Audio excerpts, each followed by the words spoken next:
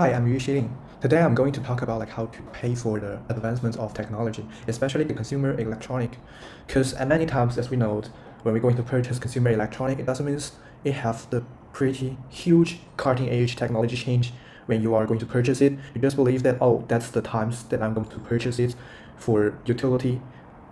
But the reason actually how we're going to pay for the cutting edge of the technology, especially the consumer electronic, is the thing we really should talk about, and we have to think about it deeply. So I'm going to talk about four topics. The first is the topic case and the side of consumptions and investment, and also what should we do when we are going to pay for the cutting edge of technology. So we first talk about the topic case. So here is the examples for the consumer electronic, which is the VR, AR, and MR. For many times when we're going to talk about VR, AR, MR, we talk about Web3, and actually we pay for the concept. It doesn't mean you really need that tools to let you into the Web3, but the things that exist is for you to focusing on this kind of industrial, and you kind of think, well, that's an interesting field and I'm pretty much want to focusing on it. But as we're seeing here, when the technology of VR, AR, and MR is going to keep improving, we are not available to afford it because they are quite expensive and you doesn't seem to have many times to play it. So I don't think the pretty high technology really can help you improve your efficiencies in study or in the work. So as we all see, in the electronic field, there are about 31.9% containing within the cutting edge of technology. And we can see that even those in the time shiftings and VR hardware and AR hardware seems doesn't change really much. We can see here. So the producer actually have the gross margins just about 10% to 15% and is still in the down trainings from 15% to 10%, because when you are going to spend more time on invest on it and you found that you have to apply many patents and you also have to make the hardware combined shifting really well, and that's the things that decrease the gross margins. And for the ROI, it's about 115 to 200%. That's kind of considerable, but as you see in the card, so in the card that's just about 13.72%. In many other kind of technology, it's about you can go to 30 or 20% of card. And this card is still slow shiftings and downtrending because of when the market is going to fall and there is not really much people that are really interested in this kind of field. And for the consumer side, you have to pay about 200 to 2,000 to 5,000 dollars for one device, and as the many times you shiftings you have to change your device, it's pretty expensive and it doesn't seem to have a lot of advancement. It just maybe just change the screen and you have to pay more. So that's not considerable decisions for you to consume on it.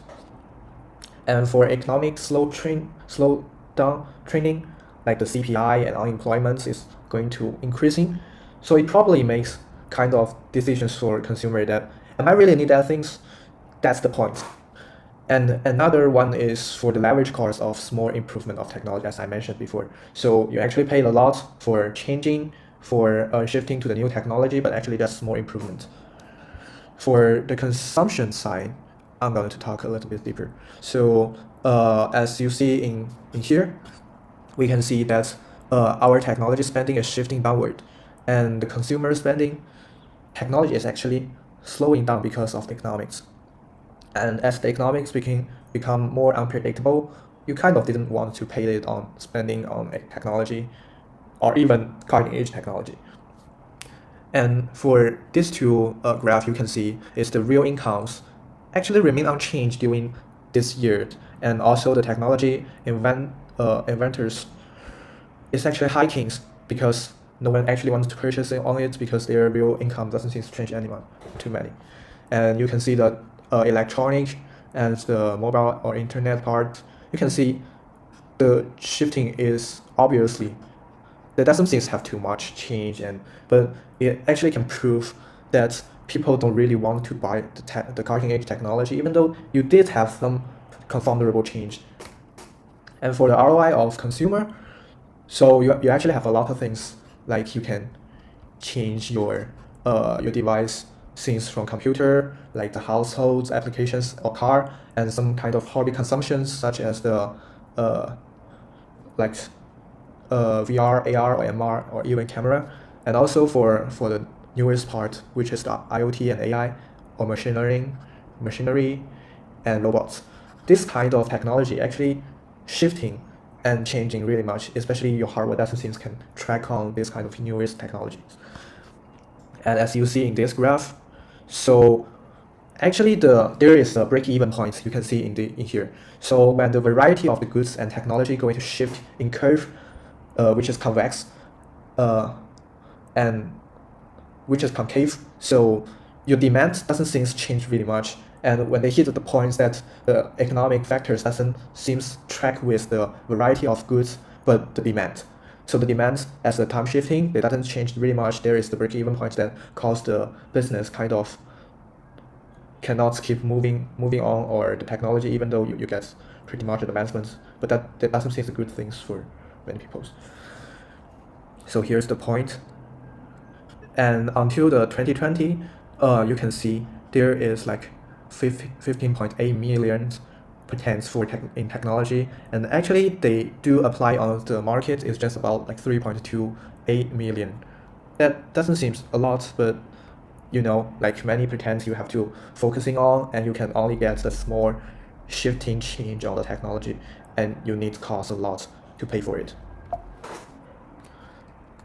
And for the investment part, you can see the investment in topic of directions and return.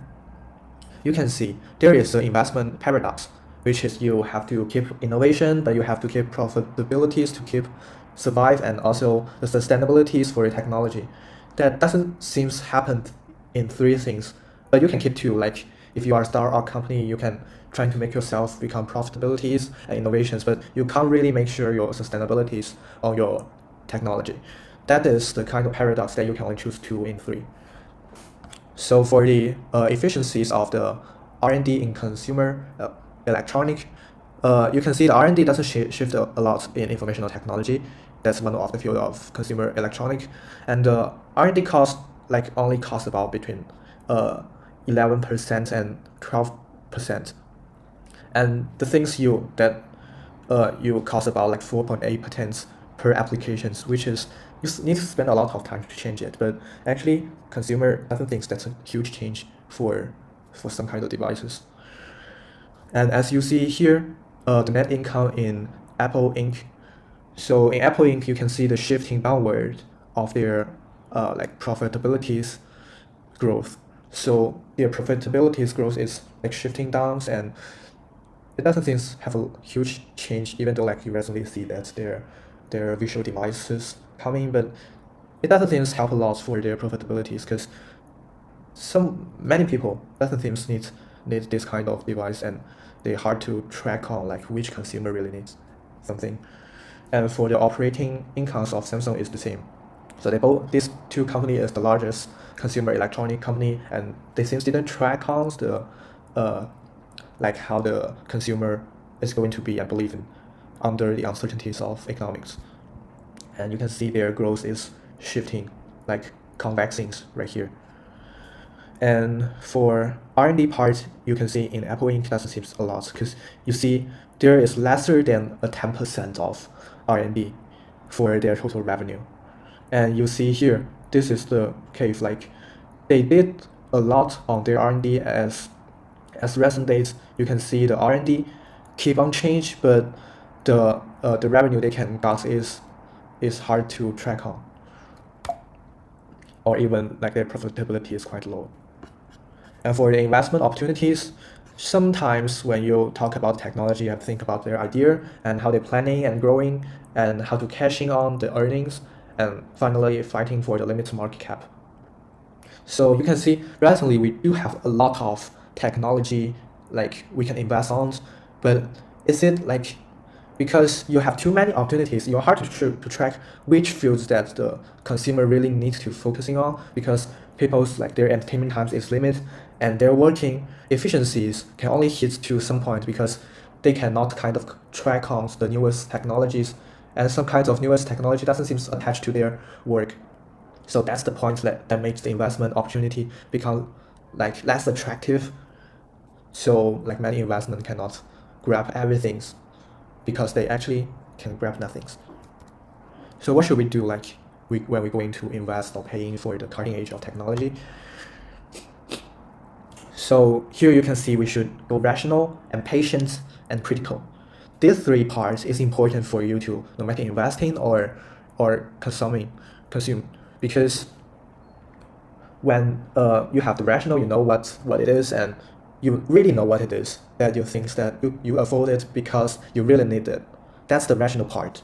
And for the patient part, you have to be patient on how technology going to changing. Even though that's a small shifting, you have to wait until like the times that technology really mature, then you are willing to invest on it to make it from 1 to 100, not 0 to 1.